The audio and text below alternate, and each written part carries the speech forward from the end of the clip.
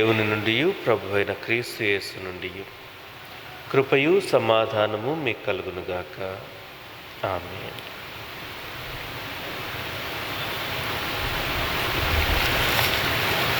ముప్పై మూడవ దిన సహవాసమును మనం కలిగి ఉండటానికి త్రియేక దేవుడు చూపుచున్న ఆయన కృప మహిమైశ్వర్యము నిమిత్తమై దేవునికి వేవేల స్తోత్రాలు.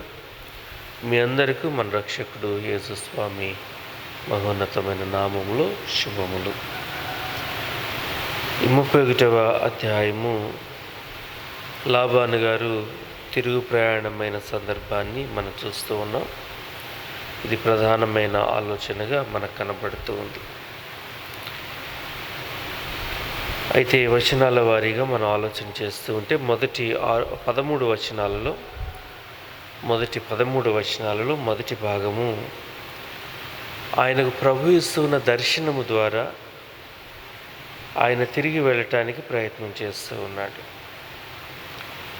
అలాగనే ఆ దర్శనాన్ని గురించి కానీ ఆయన తన సిద్ధపాటుని గురించి కానీ తన భార్యలకు కూడా తగిన ఆలోచనలను పంచుకుంటూ వారితో సంభాషించి కలిసి ఆలోచన చేసి అప్పుడు ఆయన తన యొక్క స్వదేశానికి తన యొక్క తండ్రి ఇంటికి వెళ్ళటానికి ప్రయత్నం చేస్తూ ఉన్నాడు.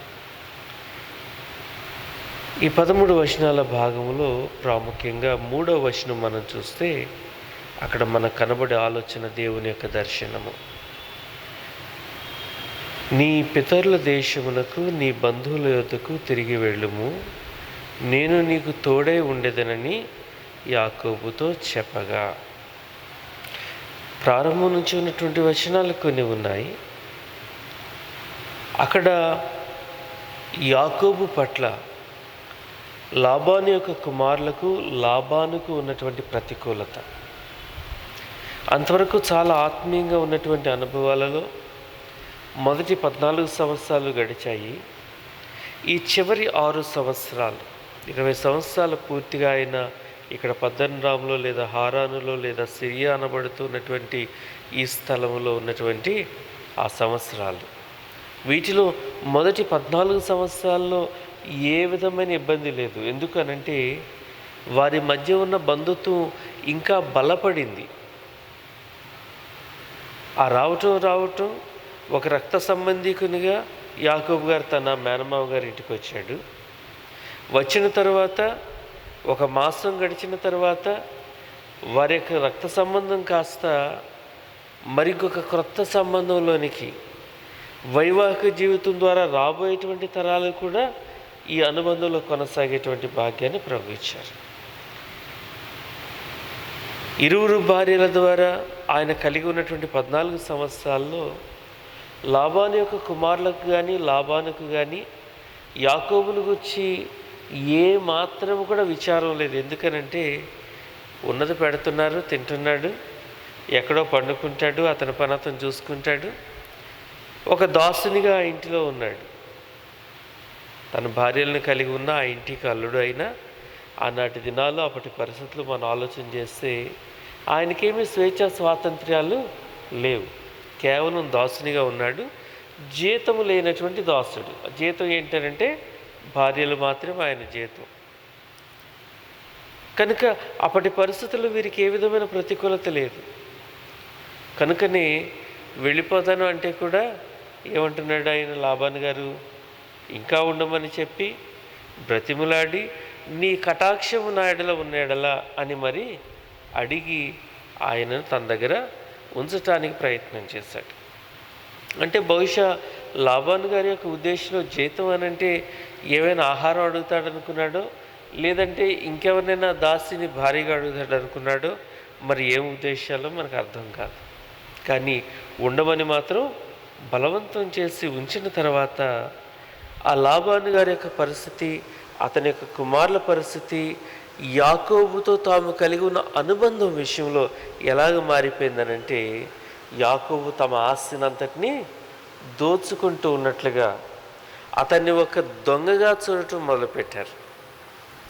ఇక అప్పటి పరిస్థితి మనం గమనిస్తే మొట్టమొదటి యాకోబు వెళ్తాను అన్నప్పుడు అతని జీతం లేకపోయినా సరే తన భార్యలతో సంతానంతో అక్కడి నుంచి వెళ్ళటానికి సిద్ధపడిన సందర్భంలో దేవుని యొక్క దర్శనం ఏమీ అతనికి లేదు. ఆయన వెళ్ళమని చెప్పటం కానీ ఉండమని చెప్పటం కానీ ఏం చేయాలో యాకోబుకు దేవుడు ఏమీ కూడా మాట్లాడలేదు. కేవలం యాకోబు ఆయన యొక్క సొంత నిర్ణయంతో సొంత ఆలోచనతో అక్కడి నుంచి బయలుదేరడానికి ప్రయత్నం చేశాడు. ఇప్పుడు మాత్రం దేవుని యొక్క దర్శనం వల్ల మాత్రమే అక్కడి నుంచి వెళ్ళటానికి ఆలోచన చేశాడు. రెండవ భాగము 14 నుంచి 23 వచనాల భాగానికి వచ్చేసరికి అక్కడ ఇక తన భార్యలు కూడా తన ఆలోచనతో ఏకీభవించారు, దేవుని యొక్క దర్శనాన్ని ఒప్పుకున్నారు. చాలా ప్రాముఖ్యంగా మా తండ్రి మా యొక్క ఆస్తిని కూడా తినివేస్తున్నాడు, మాకేమీ ఇవ్వటం లేదు పెట్టడం లేదని వారు కూడా అభిప్రాయపడ్డారు కనుక ఇక దేవుని యొక్క దర్శనానికి ఆయన బహు ప్రాధాన్యత ఇచ్చి అక్కడ నుంచి బయలుదేరటం మొదలుపెట్టాడు. 14 నుంచి 23 వచనాలు మనం గమనిస్తే ఈ రెండవ భాగంలో ఈయన పారిపోతూ ఉన్నాడు. దేవుని యొక్క మాట ప్రకారమే వెళ్ళటానికి ఈయన ఆలోచన చేస్తున్నాడు. వెనకాల లాబాను యాకోబును తరవటం ప్రారంభించాడు. ఆయన ఇంట్లో లేడట యాకోబు గారు. 19వ వచనంలో మనం చూస్తే లాబాను తన గొర్రెల బొచ్చు కత్తిరించుటకు వెళ్ళి ఉండగా, అంటే ఇంటిలో లేనటువంటి పరిస్థితులు కూడా జాగ్రత్తగా చూసుకుని, ఎందుకని ఉంటే పారిపోవటం అనేది యాకోబు గారి ఉద్దేశం కాదు, లేదా చెప్పకుండా వెళ్ళాలనేది యాకోబు గారి యొక్క ఉద్దేశం కాదు. కానీ ఇంతకు మునుపు జరిగినటువంటి అనుభవ రీత్యా వెళ్తానంటే వెళ్ళనివ్వలేదు కదా. ఇప్పుడు కూడా ఒకవేళ ఆయన కానీ ఆయన కుమారులు కానీ తన పట్ల వ్యతిరేకత కలిగి ఉన్నా వెళతాను అంటే బహుశా పర్మిషన్ అనేది దొరకకపోవచ్చు. వెళ్ళవయాన్ని చక్కగా స్నేహంతో ఆత్మీయంగా తనని పంపివేసేటువంటి అవకాశం లేకపోవచ్చు. కనుక ఈయన చెప్పకుండానే బయలుదేరుతూ ఉన్నాడు. ఈయన వెనకాల ఈ లాబాను గారు తరిమినటువంటి సందర్భాన్ని మనం చూస్తే 7 రోజుల ప్రయాణం అంత దూరం తరిమాడంట. ఇంకా ఆ వెనుతిరిగి తన ఎక్కడికి వెళ్ళాలనుకుంటున్నాడు, ఆ కనాను దేశానికి ఈయన వెళ్ళనే లేదు. మార్గ మధ్యంలో ఉన్నాడు. కానీ లాబాను యొక్క ప్రయాణంలో ఎంత దూరం ప్రయాణం చేయవలసి వచ్చింది? 7 దినముల ప్రయాణం. 7 రోజులు ప్రయాణిస్తేనే కానీ యాకోబునైన చేరుకోలేకపోయాడు. 23వ వచనంలో ఆ మాట ఉంది. అతడు తన బంధువులను వెంట పెట్టుకుని 7 దినముల ప్రయాణం అంత దూరము అతని తరుముకొని పోయి గిలాదు కొండ మీద అతన్ని కలుసుకున్నాడు. కనుక మనం చూస్తే ఈ కనాను దేశానికి హారానుకు మధ్య ఉన్నటువంటి దేశం. హారానుకు పద్దన్రామ్ అనే పేరు ఉంది, సిరియా అనే పేరు ఉంది. ఏది ఏమైనా ఈ రెండిటికి మధ్య ఉన్నటువంటి దూరం కేవలం ఒక రాత్రి మాత్రం కాదు. లాబాను గారు చాలా వేగంగా రాగలడు కదా వెనకాల తరుకుంటూ. ఒకవేళ యాకోబు గారు అనుకోండి పశువులతోనూ తన యొక్క భార్యలతోనూ పిల్లలతోనూ, బహుశా చిట్ట చివరి పుట్టినటువంటి యోసేపు గారు అతి చిన్న వయస్కుడు కనుక ఏ సంవత్సరం లోపుగానో బహుశా వయస్సు ఉండి ఉండొచ్చు. అటువంటి చంటి బిడ్డతో ప్రయాణం అంటే ఎంత కష్టం. త్వరగా వెళ్ళిపోవడానికి వీలు. అంటే బహుశా వీళ్ళు బయలుదేరి 10 రోజులు అయి ఉంటుంది, కొంచెం స్లోగా వెళ్ళటం. ఒక 3 రోజుల తర్వాత లాబానుకు తెలిస్తే కూడా ఈయన వెళ్ళి ఆ 10 రోజులు ముందుకు వెళ్ళిపోయినటువంటి వాళ్ళని కలుసుకోవాలి అని అంటే ఆ 3 రోజుల తర్వాత ప్రయాణమైనటువంటి వారిని పట్టుకుని వెళ్ళటానికి ఈయన వేగంగా వెళ్తే 6-7 రోజుల సమయం ఖచ్చితంగా చూస్తుంటే ఎంతెంత దూర ప్రయాణాలు ఆ యాకోబు గారు చేసి దేవుని యొక్క దర్శనాన్ని ఆయన పాటించడానికి ప్రయత్నం చేస్తున్నాడో మనం గమనిస్తాం. ఆ తదుపరి 24 నుంచి 30 వచనాల భాగంలో 3వ ఆలోచన చూస్తే అక్కడ లాబాను యాకోబు మీద వ్యక్తం చేస్తున్న కోపం మనకు కనబడుతుంది. లాబాను గారి విషయంలో మనం ఆలోచన చేసుకుంటూ వచ్చాము. అప్పటి దినాలలో ఒకవేళ ఈ చాకిరీ చేసేటువంటి వారు లేదా దాసులుగా ఉన్నటువంటి వారు యజమానుని యొక్క సొత్తే కానీ ఆ భర్త లేదా భార్య ఆ సంతానం వారు ఒకరి మీద ఒకరికి హక్కు అధికారం లేనటువంటి వారు. ఒక కుటుంబంగా వారు స్వతంత్రంగా జీవించడానికి అవకాశం లేనటువంటి వారు. ఈ లాబాను గారు యాకోబుతో తన ఇష్టానుసారమే మాట్లాడాలి. ఇంకా చెప్పాలనంటే ఏ హాని అయినా సరే యాకోబు తలపెట్టచ్చు. కానీ దేవుని యొక్క వాత్సల్యత, యాకోబును కూర్చున్నటువంటి ఆయన యొక్క ప్రణాళిక మనం ఇక్కడ చూస్తే ఆయన యాకోబుతో మాట్లాడటం లేదు, కానీ లాబానుతో మాట్లాడుతున్నాడు. అంతవరకు లాబానుకు దేవుని యొక్క దర్శనం అనే అనుభవం లేదు.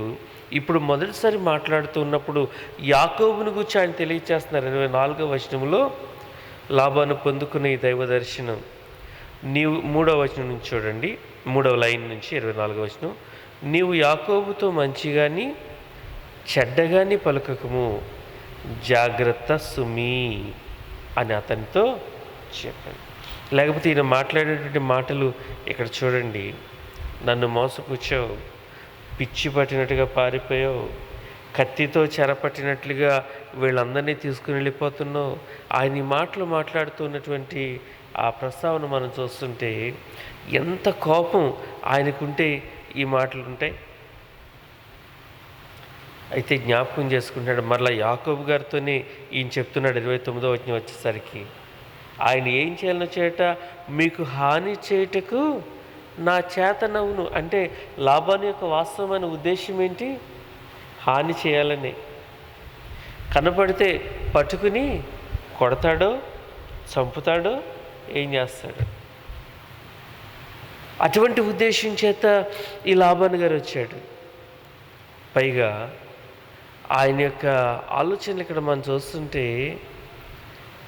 వాళ్ళనందరినీ కూడా, ఆ మనుషుల్ని కానీ ఆ పశువుల్ని కానీ సమస్య అయిన తన సొంతమైనటువంటి ఉద్దేశాలు కూడా ఈ అధ్యాయంలో తదుపరి లేఖనంలో మనం చూస్తున్నాం. గనుక తన సొంత సొత్తు యావత్తు దోచుకొని, తన కుమార్తెలను దోచుకొని, తన కుమారులను దోచుకొని, అంటే యాకోబు యొక్క సంతానమే అయినప్పటికీ వారందరూ కూడా తన సొత్తు అనేటువంటి ఉద్దేశం చేత యాకోబును చంపైనా సరే తన కోపం అతని మీద తీర్చుకోవాలని హాని చేసే ఉద్దేశం చేతనే లాబాను గారు బయలుదేరి వచ్చాడు. అందుకని నిగ్రహించగలిగినటువంటి కోపం అతని మీద బయలుపరుస్తూ ఉన్నాడు.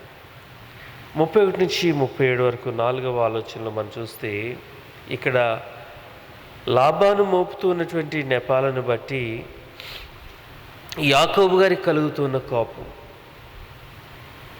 ఏంటి? ఆయన మోపుతున్న నెపం చివరిలో మనం 30వ చూస్తాం.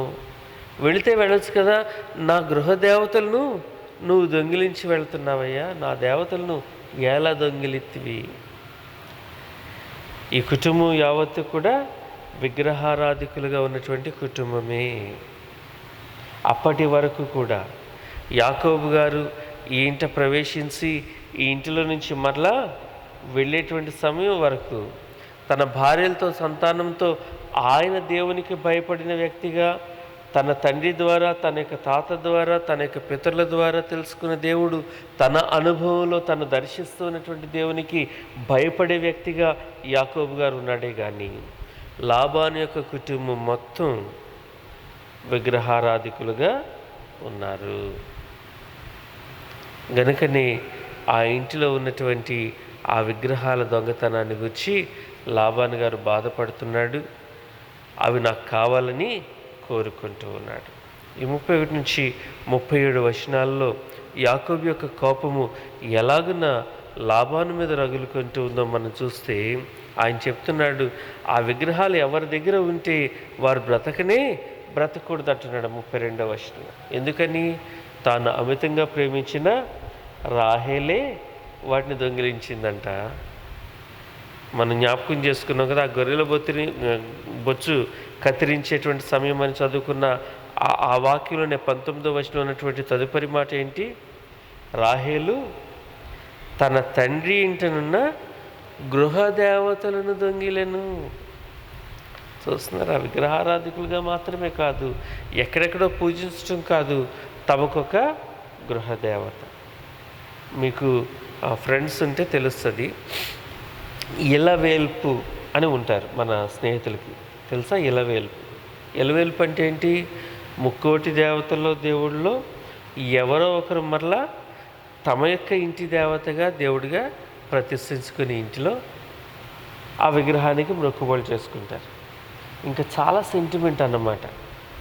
ఇక ఆ దేవత లేదా దేవుడే తమను కాపాడుతున్ననే ఉద్దేశం.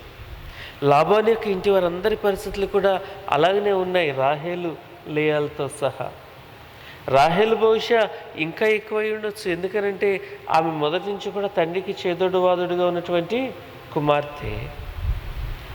ఈ విగ్రహాల పట్ల కనుపరిచే భక్తి గురించి కూడా ఆమెకే ఎక్కువ భక్తి ఉండి ఉండొచ్చు. అందుకని ఆ విగ్రహాలను దొంగిలించి తీసుకుని వెళ్ళిపోతే తన అత్తవారింట్లో పెట్టుకోవాలి, ఎక్కడికి వెళ్తే అక్కడ పెట్టుకోవాలి.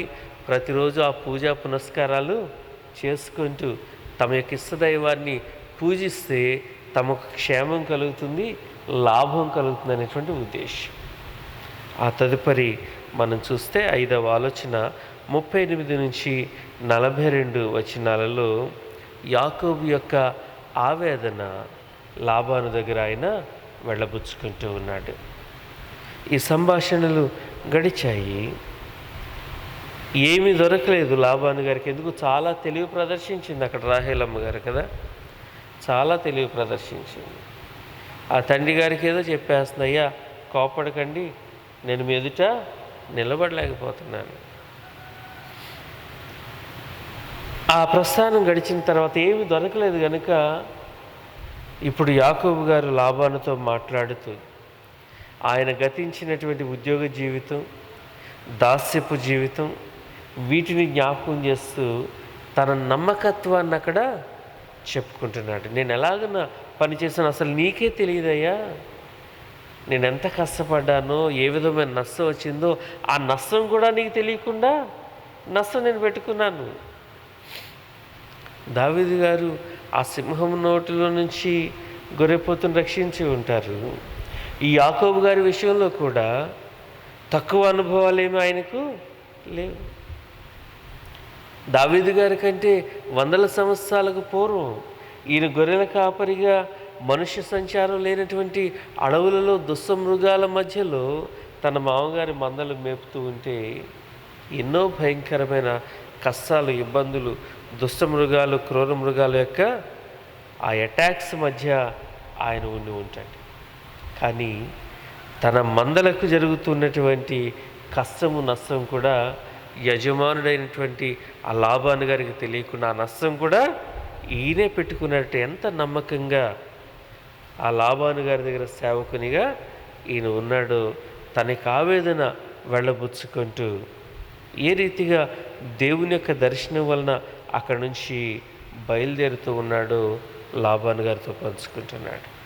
చివరకు 43 నుంచి 55 వరకు 6 వచనాల భాగంలో మనం గమనిస్తే ఇక్కడ లాబాను గారు కూడా యాకోబును అర్థం చేసుకుంటూ వారిరువురి మధ్య ఒక నిబంధన కలిగి ఉండటానికి ఆయన ప్రయత్నం చేస్తున్నాడు. ఇద్దరు సమాధాన పడుతున్నారు. మొట్టమొదట లాబాను గారే ఆలోచనలు చేస్తున్నాడు. ఆయన చెప్పేటువంటి యొక్క ఆత్మీయమైన మాటలు చూడండి. 43వ వచనంలో, ఈ కుమార్తెలు నా కుమార్తెలు, ఈ కుమారులు నా కుమారులు, ఈ మంద నా మంద, నీకు కనబడుచున్నది అంతయు నాది. ఎందుకంత భయంకర కోపంతో, పగతో యాకోబు వెంట వచ్చి అసలు వీలైతే చంపేద్దామని కూడా అనుకున్నాడని మనం ఆలోచన చేస్తామంటే కారణం నాది. కనుక ఆ లాబాను గారు ఇక్కడ అంటున్నాడు, ఇక నుంచి మాత్రం నీకు నాకు మధ్య శత్రుత్వం ఉండటానికి వీలేదు. మన యొక్క బంధుత్వం అంతా కూడా మరొక తరం పాటు కొనసాగటానికి ప్రభు సహాయం చేశారు. కనుక మనం ఒక నిబంధన కలిగి ఉండాలి. ఒక సాక్ష్యం మన మధ్య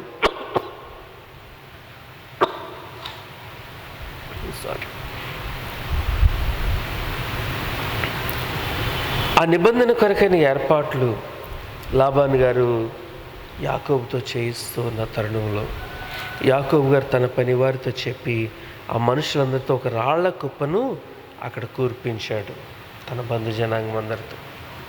46వ వచనంలో ఉన్నటువంటి ఈ మాటను మనం చూస్తే, రాళ్ళు కూర్చుడని తన బంధువులతో చెప్పాను, వారు రాళ్ళు తెచ్చి కుప్ప వేసిరి. ఈ కుప్ప మనం అనుకునేటట్లుగా ఏదో ఇల్లు కట్టేటప్పుడు మెటల్ అంటాం కదండి, ఇది రాళ్ళు ఉంటాయి కదా, కంకర రాళ్ళు. ఆ కంకర రాళ్ళు వేస్తాం కాంక్రీట్ పని కొరకు, పిల్లర్స్లో వేయటానికి కానీ, పునాది బీమ్స్లో వేయటానికి కానీ, ఇవన్నీ అటువంటి రాళ్ళ కుప్పలు కాదు. లేకపోతే ఒక చిన్న కుప్పగా మన మధ్య పెట్టుకోవటానికి కాదు. ఈ రాళ్ళ కుప్ప ఎటువంటిదంటే ఒక పర్వతం అంత ఎత్తైనటువంటి రాళ్ళ కుప్ప. ఏదో 10 రాళ్ళు వేసి, కొన్ని రాళ్ళు వేసి మనం ఆ పక్కనే కూర్చుందో ఒక చిన్న కుప్ప ఇక్కడ పెట్టుకుందో ఒక ఇసుక కుప్పలాగా, అట్లా కాదు. ఒక కొండ ఎంత ఎత్తు ఉంటుందో, ఒక పర్వతం ఎంత ఎత్తు ఉంటుందో, ఆ పర్వతం అంత ఎత్తున ఆ రాళ్ళకు వేస్తారు. అందుకని లాబాను గారు ఇక్కడ చాలా స్పష్టంగా దాని గురించి మాట్లాడుతూ ఈ 48వ వచనం నుంచి మనం గమనిస్తే, 48వ వచనం, నేడు ఈ కుప్ప నాకును నీకును మధ్య సాక్షిగా ఉండునని చెప్పాను. అంతేకాదు 3వ లైన్ నుంచి, మనం ఒకరికొకరు దూరముగా ఉండగా యెహోవా నాకును నీకును మధ్య జరుగునని కనిపెట్టును గనుక. అంటే మనం ఏ ప్రాంతాల్లో ఉన్నా సరే, ఎక్కడ ఉన్నా సరే, దేవుని యొక్క కనుదృష్టి మన మీద ఉంటుంది. ఇది కూడా మనం ఆలోచన చేసుకోవాలి. మన మధ్య దూరాన్ని ప్రభు ఏర్పాటు చేస్తున్నారు. ఇప్పుడు ఈ రాళ్ళ కుప్ప ఒక పర్వతంగా ఉన్నప్పుడు ఇది ఒక సరిహద్దు అన్నమాట. ఎప్పుడైనా పొరపాటున యాకోబు గారు తిరిగి లాబాను దగ్గరకు రావాలి అనుకుంటే బంధుత్వంతోనే రావాలి, కానీ శత్రుత్వంతో రాకూడదు. దానికి అది ఒక సరిహద్దు. తమ యొక్క వాత్సల్యతను, ప్రేమను పంచుకోవటానికే వారు రావాలి. అలాగనే దేవుడు తమను కనిపెడుతున్నారని తమ మనస్సులో కానీ క్రియల్లో కానీ ఏ విరోధభావము ఒకరి పట్ల ఒకరు కలిగి ఉండకుండా, అక్కడ మరలా తన బిడ్డల గురించి కూడా చెప్తున్నారు. నా కుమార్తెలను కాకుండా ఇంక వేరొకరిని ఎవరిని నువ్వు వివాహం చేసుకోవటానికి కూడా వీల్లేదు, వారిని బాధ పెట్టడానికి వీల్లేదు. ఈ స్థలానికి 3 పేర్లు వచ్చేసాయి. మొదట ఏమన్నారు? యగర్ షాహదోత అన్నారు, అంటే రాళ్ల కుప్ప. రాళ్ల కుప్ప. ఈ రాళ్ల కుప్పని గురించి మన ఫుట్నోట్లో చూస్తుంటే సాక్షి కుప్ప అన్నారు. అది ఎందుకు వచ్చిందంటే గలేద్ అనేటువంటి పేరు వలన సాక్షి కుప్ప అని వచ్చింది. గలేద్ అంటే వాస్తవంగా హీప్ ఆఫ్ టెస్టిమనీ అని ఉంటుంది. హీప్ ఆఫ్ టెస్టిమనీ, సాక్షార్థమైన కుప్ప అని అర్థం. యగర్ షాహదూత అంటే ఒక రాళ్ల కుప్ప అంతే. కానీ గలేద్ అంటే సాక్షార్థమైనటువంటి కుప్ప. అలాగని ఇంకో పేరు వచ్చేస్తుంది మిస్పా అన్నాడు. ఎందుకట? యెహోవా మనల్ని చూస్తూ ఉండేటువంటి దేవుడు కదా, అంటే కనిపెట్టేటువంటి కుప్ప. ఈ 3 అర్థాలతోనూ సాక్షార్థముగా తమ మధ్య నిబంధన చేసుకుంటూ ఈ స్థలాన్ని వారు ఏర్పాటు చేసుకున్నారు. త్రియేక దేవుని కృప మనకు సదా తోడై ఉండి వాక్యమును ధ్యానించటంలో, అనుదిన జీవితంలో ప్రభు యొక్క ప్రేమలో, విశ్వాసంలో వర్ధిల్లటంలో ఆయన సహాయం మనకు అనుగ్రహించి ఆశీర్వదించునుగాక. ఆమేన్. సమస్త జ్ఞానమునకు మించిన తండ్రి అయిన దేవుని సమాధానము ప్రభు అయిన క్రీస్తు యేసు కృప వలన మీ హృదయములకును మీ తలంపులకును కావలి ఉండునుగాక. ఆమేన్.